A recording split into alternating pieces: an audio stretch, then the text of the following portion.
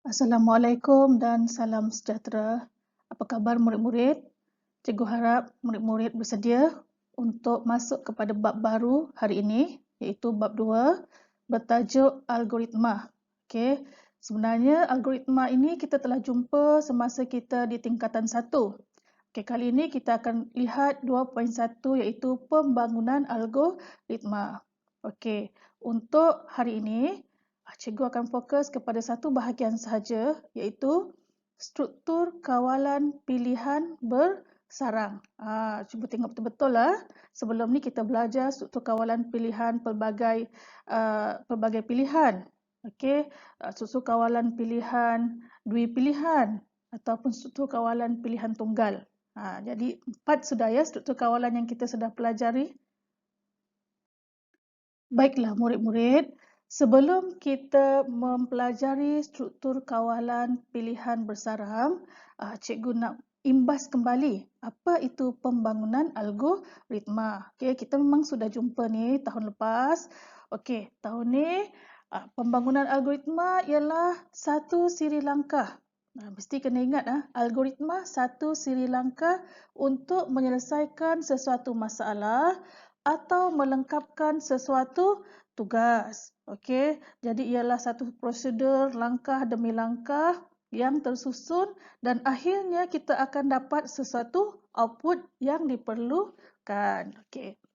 Algoritma boleh diwakilkan dalam dua bentuk iaitu pseudocode dan carta alir. Ingat lagi kan ni pseudocode dan carta alir? Pseudocode tu dalam bentuk ayat-ayat ringkas dan carta alir dalam bentuk simbol. Baiklah murid-murid, mari kita lihat struktur kawalan pilihan bersarang. Okey, apakah yang dimaksudkan dengan pilihan bersarang? Struktur kawalan ini adalah struktur kawalan yang terbenam dalam satu struktur kawalan yang lain. Okey, kata kunci ialah struktur kawalan yang terbenam dalam satu struktur kawalan yang lain. Okey. Cuba kita lihat contoh pseudocode ini. Ini contoh asas atau umum. Kita dah mula. Jika syarat 1, maka contoh di sini jika syarat 1, maka jika syarat 2, okey, jumpa syarat 1, jika ya, maka jumpa lagi syarat 2. Jika ya, kita akan laksanakan tindakan A. Okey, jika tidak, kita akan laksanakan tindakan B. Okey, tamat jika, okey, dan seterusnya dia akan tamat. Okey. Syarat 2, okey, syarat 2 ini terbenam di dalam syarat 1. Okey. Syarat 2 hanya akan disemak sekiranya syarat 1 dipenuhi. Okey, syarat 2 hanya disemak sekiranya syarat 1 dipenuhi. Okey, boleh faham? Baiklah murid-murid, mari kita lihat contoh situasi yang menggunakan struktur kawalan pilihan bersarang. Okey, contohnya Aminah dikehendaki untuk membantu Cikgu Murni menyediakan peraturan penggunaan makmal komputer kepada pelajar-pelajar yang ingin membuat tempahan menggunakan makmal di luar waktu persekolahan. Syarat Cikgu Murni ialah, syarat yang pertama, pelajar mesti pastikan tempahan di luar waktu sekolah. Dalam syarat itu juga, jika di luar waktu sekolah, pelajar perlu menyemak kekosongan makmal pada waktu tempahan. Jika dalam waktu sekolah, tempahan tidak boleh dilakukan. Syarat yang kedua, jika makmal kosong, pelajar perlu mengisi borang tempahan dan meminta pengesahan guru bertugas. Jika tidak boleh menempah makmal. Bantu Aminah membuat pseudocode dan carta alir bagi menyelesaikan masalahnya. Baiklah murid-murid, ini ialah pseudocode bagi situasi yang kita sudah lihat tadi. Seperti biasa, pseudocode mestilah dimulakan dengan perkataan mula dan diakhiri dengan perkataan tamat. Kita anjakkan sedikit perkataan seterusnya. Syarat yang pertama tadi, Jika tempahan luar waktu sekolah, di dalam syarat yang pertama, kita jumpa lagi satu syarat, jika makmal kosong. Barulah kita akan buat tindakan yang pertama, iaitu kita akan proses borang tempahan. Jika tidak, maknanya jika makmal tidak kosong, tindakan kedua ialah kita akan paparkan tiada kekosongan. Okey, perlu ditulis tamat jika untuk proses jika yang kedua ini. Okey. Syarat yang kedua tadi, jika tidak, maknanya jika tempahan berlaku pada waktu sekolah, kita akan proses paparkan batal tempahan. Okey, tindakan kita ialah paparkan batal tempahan. Dan kita akan tulis tamat jika untuk jika yang pertama tadi. Okey, cuba lihat betul-betul pseudocode ini. Okey, kita ada dua struktur kawalan pilihan di sini, iaitu yang pertama ialah struktur kawalan dui pilihan. Jika yang pertama, jika tempahan dibuat luar waktu sekolah, jika tidak, ada juga tindakan dia. Okey. Kemudian, di dalam pilihan yang pertama atau syarat yang pertama ini, terbenam satu lagi syarat, iaitu jika makmal kosong. Okey, ini menunjukkan struktur kawalan pilihan bersarang. Ni ya, dalam ni. Okey, maknanya jika tempahan luar waktu sekolah, kemudian kita belum buat apa-apa tindakan, kita penuhi lagi syarat yang kedua, jika makmal kosong, barulah kita akan buat tindakan proses borang tempahan. Okey, boleh faham murid-murid? Okey, di sebelah ini ialah contoh carta alir bagi penyelesaian kepada situasi tadi. Okey, sama juga carta alir juga perlu ada mula dengan simbol begini dan juga tamat. Okey. Jika kita jumpa perkataan jika, simbol kita akan jadi bentuk begini, diamond. Ini menunjukkan pilihan. Okey, dalam pilihan itu ada syarat dia. Okey, apa syarat dia? Tempahan luar waktu sekolah. Jadi untuk carta alir ni kita baca. Adakah tempahan luar waktu? Okey, jika ya, maknanya jika betul kan, kita akan jumpa lagi satu syarat. Adakah makmal kosong? Kita buat tanda soal. Makmal kosong? Okey, jika ya, maknanya syarat pertama betul, dipenuhi. Syarat kedua dipenuhi, maka kita akan isi borang tempahan. Maka proses borang tempahan. Okey, jika tidak, okey, yang dalam syarat dibenamkan itu tadi, jika tidak, kita akan paparkan tiada kekosongan. Ini tindakan kita, simbol paparkan begini. Okey. Dan jika tempahan luar waktu, jika tidak, kita akan paparkan batal tempahan. Okey, lihat anak panah semua bersambung. Tiada anak panah yang tidak bersambung. Okey, dan akhir sekali dia mesti ada tamat. Okey, kalau simbol proses begini, segi empat tepat. Okey, kalau syarat begini, bentuk diamond. Okey, kalau input dan output bentuk begini, parallel. Okey, segi empat selari. Okey, boleh dapat? Okey, murid-murid, untuk lebih faham, mari kita lihat contoh yang seterusnya. Okey, contoh ini ialah penentuan sama ada integer ialah positif, negatif atau sifar. Okey, apa itu integer? Integer ialah nombor bulat, bukan nombor perpuluhan ataupun bukan nombor pecahan. Nombor bulat, satu-satu nombor. Okey, macam mana kita nak tentukan integer itu positif, negatif ataupun sifar? Mari kita lihat garis nombor ini. Okey, rajah dalam garis nombor ini. Okey, di tengah-tengah ni kosong. Di sebelah kiri ini negatif. Di sebelah kanan nombor positif. Okey, kalau kita tengok garis nombor ini, katalah integer tersebut adalah X. Okey, kita nak cari X, kita tak tahu apa nombor dia.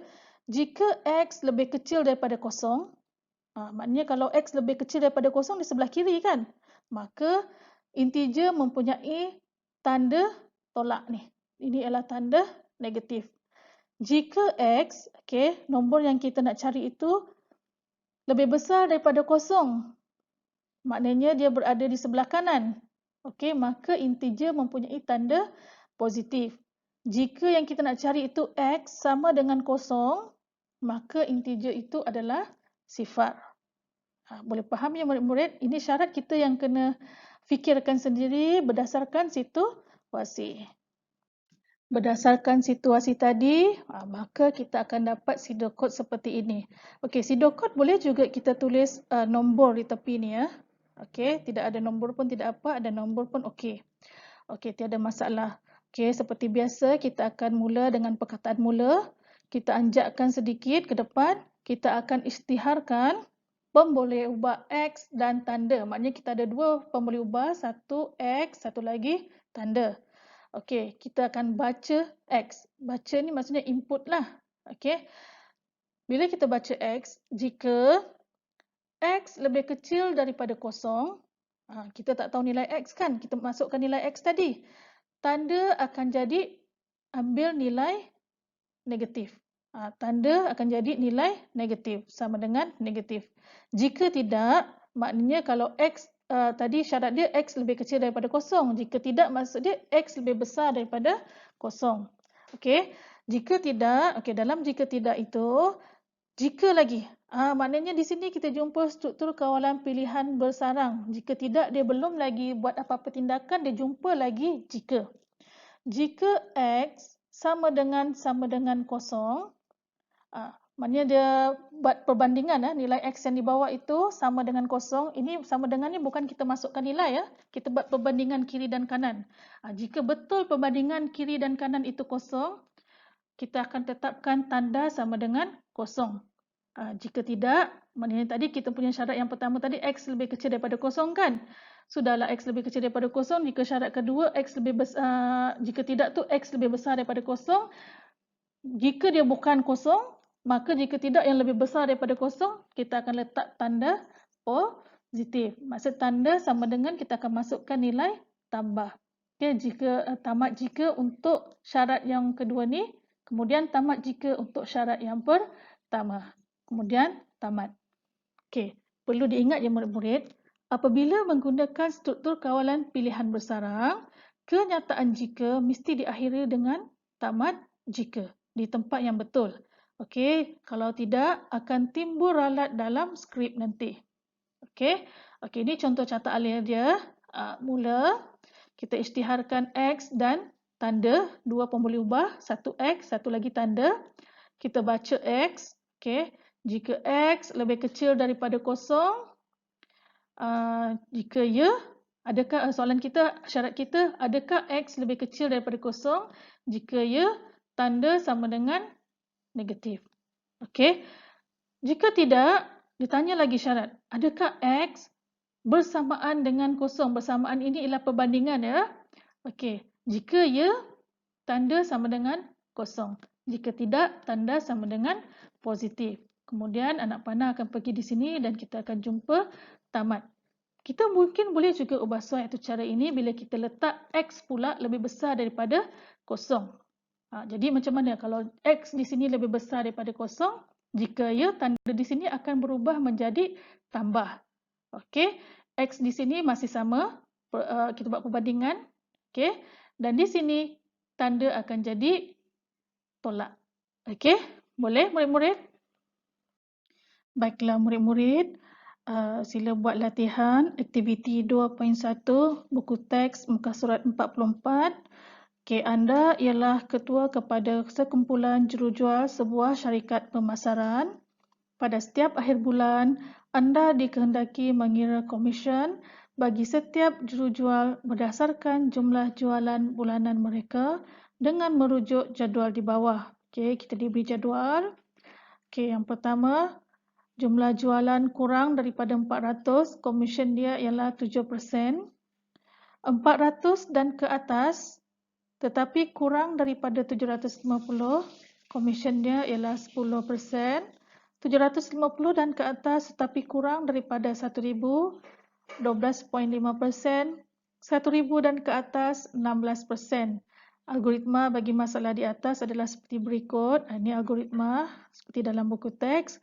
Okey, soalannya, tuliskan pseudocode dan catat alir untuk mewakili algoritma di atas. Okey, murid-murid boleh merujuk buku teks ASK tingkatan 2 ya. Okey, untuk aktiviti tambahan, cikgu bagi lagi satu lagi soalan. Maria sedang mencari pekerja untuk butiknya. Pemohon mestilah perempuan dan berumur 18 tahun ke atas. Jika syarat tidak dipenuhi, permohonan akan ditolak. Okey, tuliskan sidokod dan carta alir untuk mewakili situasi di atas. Okey, ada syarat dia yang pertama, perempuan dan berumur 18 tahun. Ini ialah struktur kawalan pilihan bersarang. Syarat pertama mesti dipenuhi, syarat kedua dipenuhi, barulah layak untuk memohon di butik Maria. Okey, selamat mencuba.